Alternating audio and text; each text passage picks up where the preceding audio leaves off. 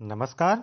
स्वागत है आपका कैरियर प्लस कोचिंग के ऑनलाइन प्लेटफॉर्म पे। आज हम लोग जो इंडियन पॉलिटी की चैप्टर वाइज एमसीक्यू सीरीज चल रही है उसका अगला चैप्टर सर्वोच्च न्यायालय यानी सुप्रीम कोर्ट देखेंगे।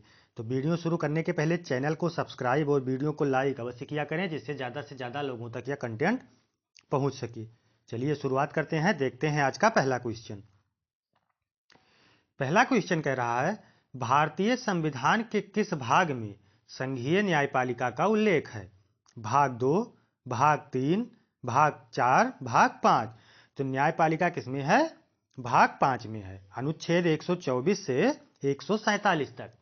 ठीक है, जब अनुच्छेद पढ़ा रहे थे तब आप लोगों को ये बताए थे कि भाग 5 अनुच्छेद 124 से 147 तक में संविधान में न्यायपालिका का या संघीय न्यायपालिका का वर्णन मिलता है आपको। ठीक है, चलिए बढ़ते हैं अगले क्वेश्चन की तरफ। निम्न में से किसके अंतर्गत भारत में सर्वप्रथम सर्वोच्च न्यायालय स्थापित किया गया था? रेगुलेटिंग अधिनियम 1773, चार्टर अधिनियम 1853, भारत सरकार अधिनियम 1935, भारतीय संविधान 1950। तो ये सबसे पहले वारन हेस्टिंग के शासनकाल में 1773 का जो रेगुलेटिंग एक्ट आया था उसमें सुप्रीम कोर्ट की एक स्थापना की गई थी। तो विकल्प कौन सा सही हो जाएगा? Regulating act 1773।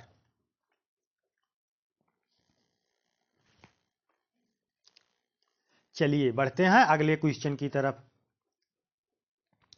संविधान के व्याख्याकार और संरक्षक कौन है? राष्ट्रपति, संसद, सर्वोच्च न्यायालय, भारत का महाधिवक्ता। तो संविधान की व्याख्या करने का तथा संविधान का संरक्षक, संविधान का गार्जियन किसको माना गया है? सर्वोच्च न्यायालय को। ठीक है, इसको संविधान की व्याख्याकार की उपमा दी गई है, क्योंकि संविधान की व्याख्या कौन कर सकता है? सर्वोच्च न्यायालय। तो विकल्प कौन सा सही हो जाएगा? सी विकल्प, सर्वोच्च न्यायालय। भारतीय संविधान की व्याख्या करने का मुख्य अधिकारी कौन है? वही क्वेश्चन आ गया।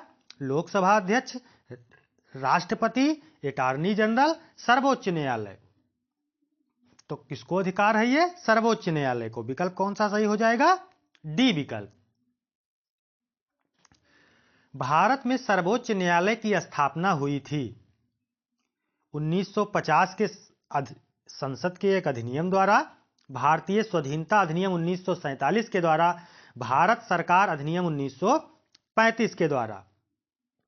तो भारत में पूछ रहा है तो विकल्प कौन सा सही हो जाएगा? भारतीय स्वाधीनता अधिनियम 1935 के द्वारा या अधीन। ठीक है, चलिए बढ़ते हैं अगले क्वेश्चन की तरफ। मूल रूप से संविधान में सर्वोच्च न्यायालय में मुख्य न्यायाधीश के अतिरिक्त कितने न्यायाधीशों की व्यवस्था थी? मूल रूप से पूछ रहा है, जब संविधान बना था तो कितने थे? टोटल 8 थे। ठीक, एक मुख्य न्यायाधीश तथा 7 अन्य न्यायाधीश। जब 1947 में देश आजाद हुआ उसके बाद संविधान बना मूल रूप से, तब 7 अन्य न्यायाधीश तथा एक मुख्य न्यायाधीश सर्वोच्च न्यायालय में, इतनी ही व्यवस्था की गई थी। चलिए बढ़ते हैं अगले क्वेश्चन की तरफ। अच्छा, वर्तमान में कितने न्यायाधीश हो सकते हैं? वर्तमान में 34, 33 अन्य न्यायाधीश तथा एक मुख्य न्यायाधीश। और जब मूल संविधान बना था तब 7 अन्य न्यायाधीश, एक मुख्य न्यायाधीश। इस समय 33 अन्य न्यायाधीश हो सकते हैं। चलिए बढ़ते हैं अगले क्वेश्चन की तरफ।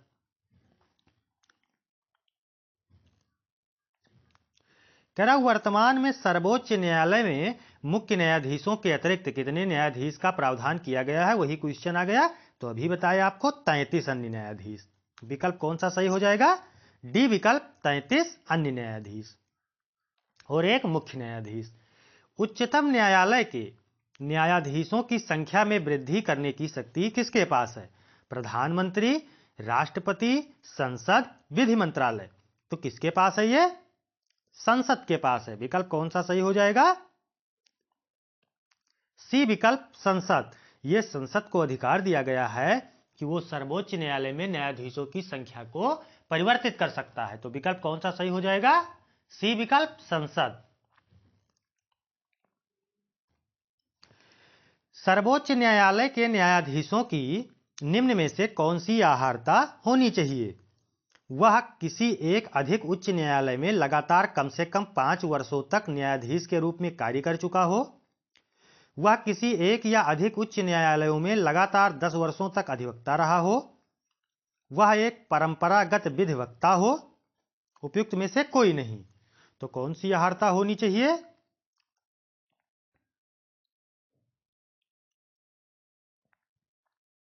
देखिए, इसमें लिखा है वह कम से कम 5 वर्षों तक न्यायाधीश के रूप में कार्य कर चुका हो। देखिए, उसको दो या दो से अधिक न्यायालयों में, इसमें एक लिखा है, यही गलत है। वह 2 या 2 से अधिक उच्च न्यायालयों में लगातार कम से कम 5 वर्षों तक न्यायाधीश के रूप में कार्य कर चुका हो। तो इसमें एक लिखा, ये गलत हो गया। ठीक है, ये पहला वाला गलत हो गया।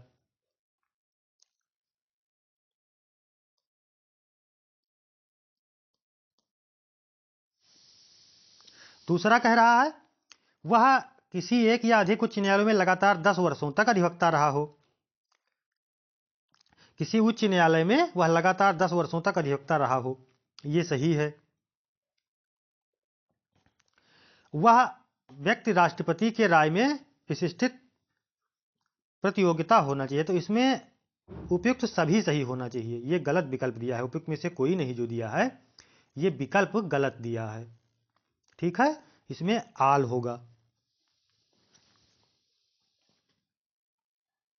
सभी सही हो जाएंगे। ठीक है,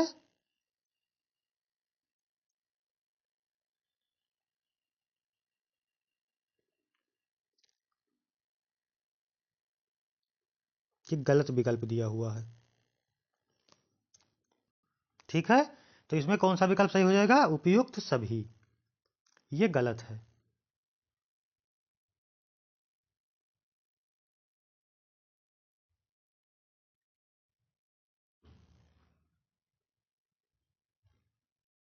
ठीक है, ध्यान रखिएगा।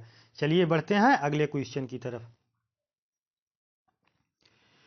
भारत के मुख्य न्यायाधीशों की नियुक्ति कौन करता है? भारत के राष्ट्रपति, सर्वोच्च न्यायालय के वरिष्ठ न्यायाधीशों की परामर्श से भारत का राष्ट्रपति, सर्वोच्च न्यायालय और उच्च न्यायालय के वरिष्ठ न्यायाधीशों के परामर्श से भारत के राष्ट्रपति, सर्वोच्च न्यायालय और उच्च न्यायालय के न्यायाधीशों। तो कौन सा विकल्प सही हो जाएगा? भारत के राष्ट्रपति जो हैं, ये सर्वोच्च न्यायालय के न्यायाधीशों या मुख्य न्यायाधीश की नियुक्ति करते हैं। तो विकल्प कौन सा सही हो जाएगा? ए विकल्प। चलिए बढ़ते हैं अगले क्वेश्चन की तरफ। भारतीय उच्चतम न्यायालय के न्यायाधीशों की नियुक्ति कौन करता है? तो ये क्वेश्चन तो आ चुका है। कौन करता है? राष्ट्रपति करता है। विकल्प कौन सा सही हो जाएगा?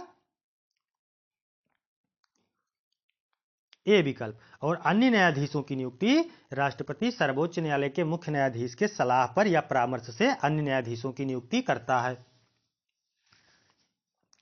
चलिए बढ़ते हैं अगले क्वेश्चन की तरफ। इनकी नियुक्ति कोलिजियम प्रणाली से होती है। एक कोलिजियम प्रणाली होती है, उसी के तहत भारतीय उच्चतम न्यायालय में न्यायाधीशों की नियुक्ति होती है। भारत के कार्यवाहक मुख्य न्यायाधीश की नियुक्ति कौन करता है? भारत का मुख्य न्यायाधीश, राष्ट्रपति की पूर्व स्वीकृति से भारत का मुख्य न्यायाधीश, राष्ट्रपति, भारत के मुख्य न्यायाधीश से के परामर्श से राष्ट्रपति। तो करता कौन है? राष्ट्रपति। ठीक है, विकल्प कौन सा सही हो जाएगा? सी विकल्प, राष्ट्रपति। राष्ट्रपति सर्वोच्च न्यायालय के अन्य न्यायाधीशों की नियुक्ति किसके परामर्श से करते हैं? सर्वोच्च न्यायालय के मुख्य न्यायाधीश से, उच्च न्यायालय के मुख्य न्यायाधीश से, भारत के महान्यायवादी से, भारत के विधि मंत्री से। तो ये किसकी सलाह से करते हैं? सर्वोच्च न्यायालय के मुख्य न्यायाधीश की सलाह से अन्य न्यायाधीशों की नियुक्ति राष्ट्रपति करता है। विकल्प कौन सा सही हो जाएगा? ए विकल्प। सर्वोच्च न्यायालय में तदर्थ न्यायाधीशों की नियुक्ति किस देश की न्याय प्रणाली से प्रेरित है? तदर्थ मतलब जब आवश्यकता हो तो न्यायाधीशों की संख्या बढ़ा दी जाए, उनकी नियुक्ति कर दी जाए। अस्थायी मतलब तदर्थ होता है। ऑस्ट्रेलिया, कनाडा, संयुक्त राज्य अमेरिका, फ्रांस। तो अनुच्छेद 127 में तदर्थ नियुक्ति का प्रावधान दिया गया है, ये ध्यान रखिएगा। तो ये किससे प्रेरित है? फ्रांस से। विकल्प कौन सा सही हो जाएगा? डी विकल्प फ्रांस। अनुच्छेद 127 में यह बताया गया है कि आप तदर्थ न्यायाधीशों की नियुक्ति कर सकते हैं। भारतीय संविधान में तदर्थ न्यायाधीशों की नियुक्ति का प्रावधान है सर्वोच्च न्यायालय में, उच्च न्यायालय में, जनपद एवं सत्र न्यायालय में, इनमें से सभी। तो बताइए, आपको अनुच्छेद 127 में यह वर्णन किया गया है कि आवश्यकता पड़ने पर आप चाहे जिला सत्र न्यायालय हो, सर्वोच्च न्यायालय हो या उच्च न्यायालय हो, हर न्यायालय में तदर्थ न्यायाधीशों की नियुक्ति कर सकते हैं। तो विकल्प कौन सा सही हो जाएगा? डी विकल्प, इनमें से सभी। सर्वोच्च न्यायालय में तदर्थ न्यायाधीशों की नियुक्ति होती है जब कतिपय न्यायाधीश दीर्घकालीन अवकाश पर चले जाते हैं, अस्थायी नियुक्ति के लिए कोई उपलब्ध नहीं होता है, न्यायालय के समक्ष लंबित वादों में असाधारण वृद्धि होती है, न्यायालय के किसी सत्र के लिए न्यायाधीशों की कोरम गणपूर्ति नहीं होती है। तो जैसे मानक बन गया कि 33 अन्य न्यायाधीश एक मुख्य न्यायाधीश होंगे, जब ये कोरम गणपूर्ति पूरी नहीं होती है तब तदर्थ न्यायाधीशों की नियुक्ति की जाती है। तो विकल्प कौन सा सही हो जाएगा? डी विकल्प। जब न्यायालय में किसी सत्र के लिए न्यायाधीशों का गणपूर्ति कोरम पूरा नहीं होता है तब तदर्थ न्यायाधीशों की नियुक्ति की जाती है।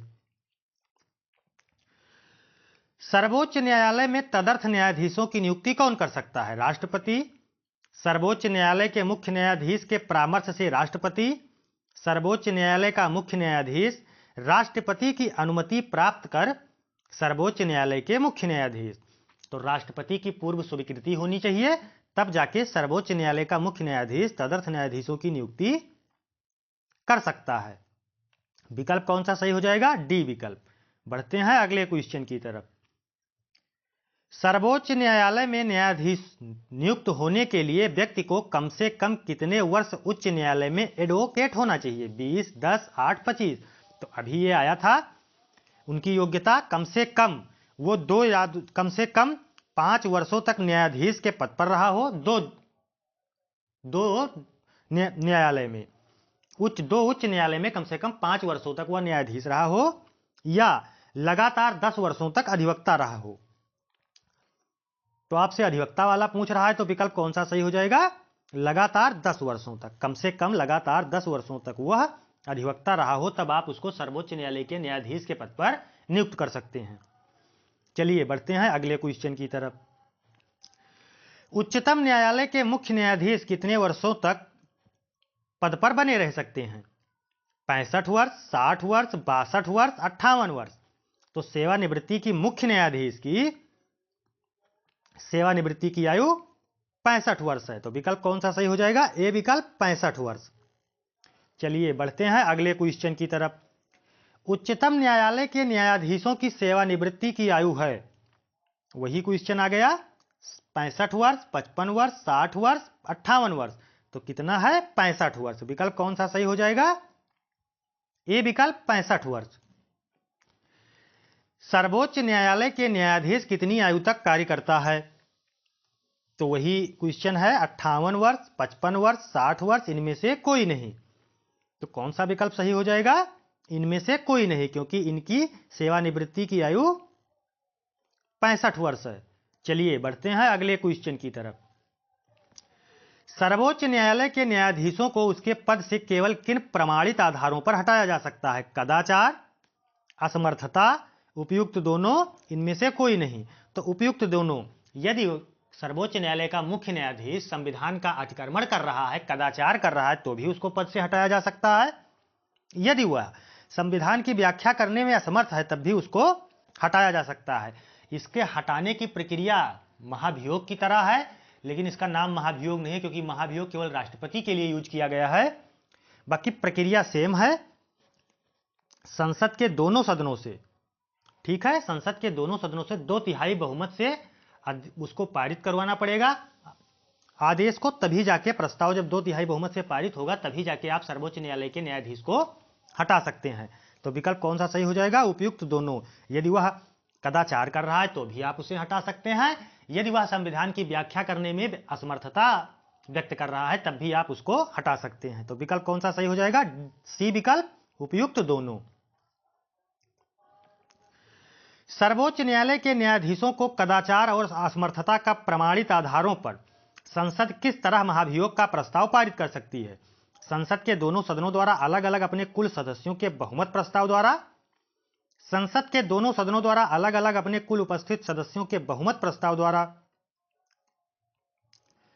संसद के दोनों सदनों द्वारा अलग अलग अपने कुल उपस्थित सदस्यों के बहुमत एवं मतदान करने वाले सदस्यों के 2/3 बहुमत प्रस्ताव द्वारा।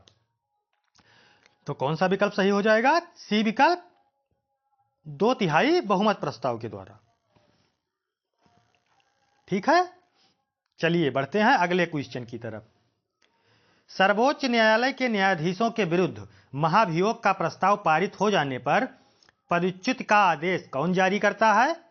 सर्वोच्च न्यायालय का मुख्य न्यायाधीश, राष्ट्रपति, लोकसभा अध्यक्ष, मंत्रिपरिषद। जब यह लोकसभा तथा राज्यसभा से अलग अलग 2/3 बहुमत से पारित हो जाएगा तो राष्ट्रपति एक आदेश जारी करेगा और सर्वोच्च न्यायालय के न्यायाधीश को उसके पद से हटा सकता है।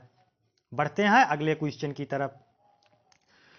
उच्चतम न्यायालय के पहले न्यायाधीश का नाम बताइए जिनके खिलाफ स्वतंत्र भारत में संसद में महाभियोग का प्रस्ताव पेश किया गया था।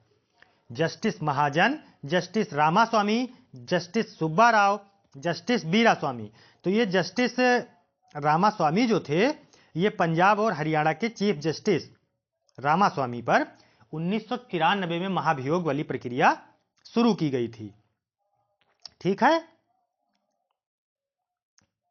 लेकिन ये पास नहीं हो पाया था, लेकिन लाया गया था। तो आपसे ये क्वेश्चन पूछता है किस जज के खिलाफ या किस न्यायाधीश के खिलाफ महाभियोग की प्रक्रिया शुरू की गई थी?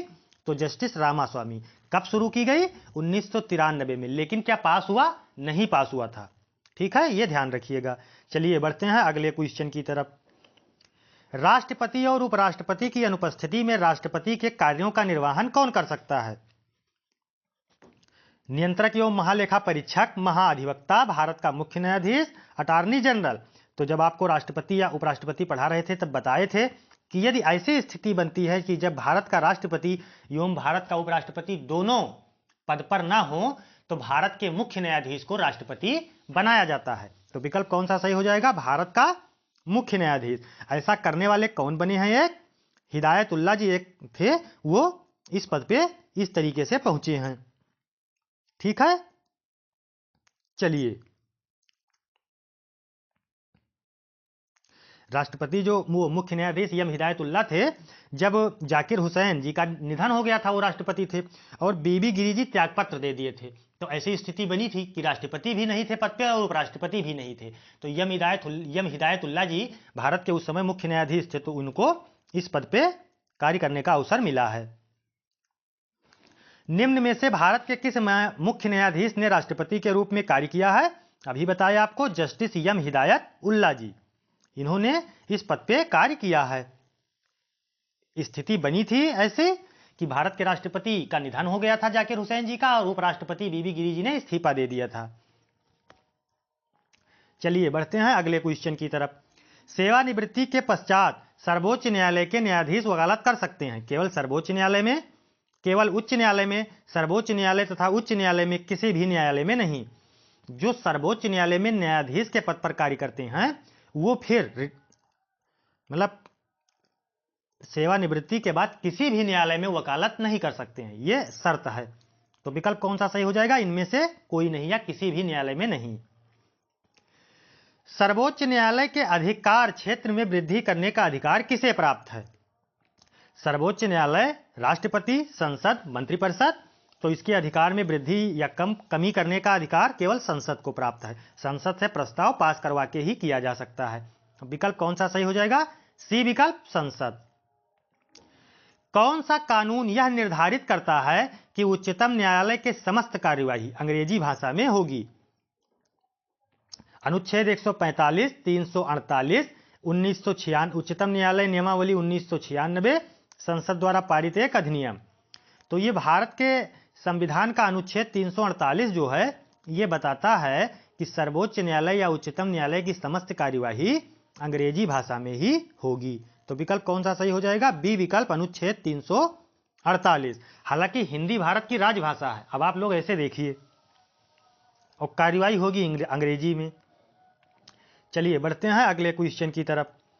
सर्वोच्च न्यायालय किस संस्था का निरीक्षण कर सकता है? केंद्रीय मंत्रिमंडल, संसद, अधीनस्थ न्यायालय, निर्वाचन आयोग। तो भाग 6 में बताया गया है कि सर्वोच्च न्यायालय अपने अधीनस्थ न्यायालय का निरीक्षण कर सकता है। तो विकल्प कौन सा सही हो जाएगा? सी विकल्प, अधीनस्थ न्यायालय। भारत में न्यायपालिका है स्वतंत्र, संसद के अधीन, राष्ट्रपति के अधीन, प्रधानमंत्री के अधीन। तो वर्णन तो ऐसे ही किया गया है कि भारत में न्यायपालिका स्वतंत्र है, लेकिन अब ये आप लोग देख रहे हैं, समझ रहे हैं, जान रहे हैं, इसमें बताने की कोई आवश्यकता नहीं है। लेकिन आपसे जब क्वेश्चन पूछेगा तो आप लोग भारत में न्यायपालिका स्वतंत्र है यही टिक करेंगे, ठीक है। इसके दो अंग होते हैं, कार्यपालिका और व्यवस्थापिका। चलिए बढ़ते हैं अगले क्वेश्चन की तरफ। भारत में न्यायपालिका का स्वरूप है विकेंद्रीकरण, एकीकृत, सामूहिक, व्यवहारिक। तो भारत में न्यायपालिका एकीकृत है, ठीक है। भारत में 3 प्रकार की न्यायालय की व्यवस्था की गई है, उच्चतम न्यायालय, उच्च न्यायालय एवं जिला एवं सत्र न्यायालय, ठीक है। सुप्रीम कोर्ट, हाई कोर्ट एवं सेशन कोर्ट, ये ध्यान रखिएगा। चलिए बढ़ते हैं अगले क्वेश्चन की तरफ।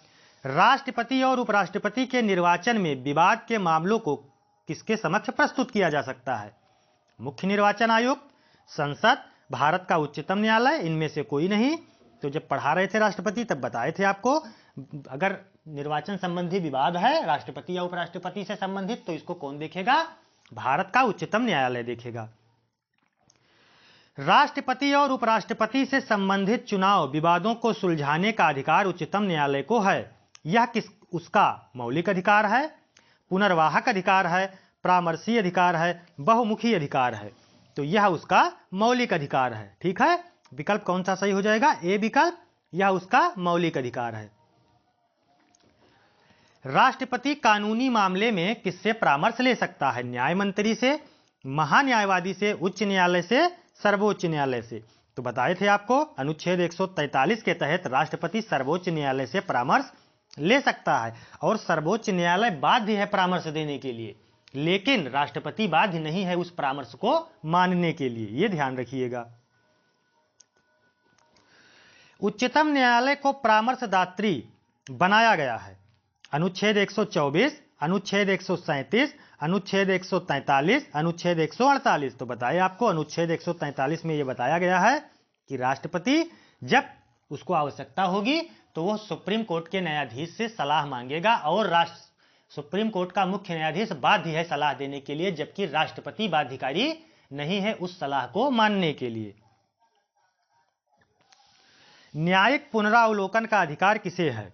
उच्च न्यायालय, उच्चतम न्यायालय, राष्ट्रपति, लोकसभा, ठीक है।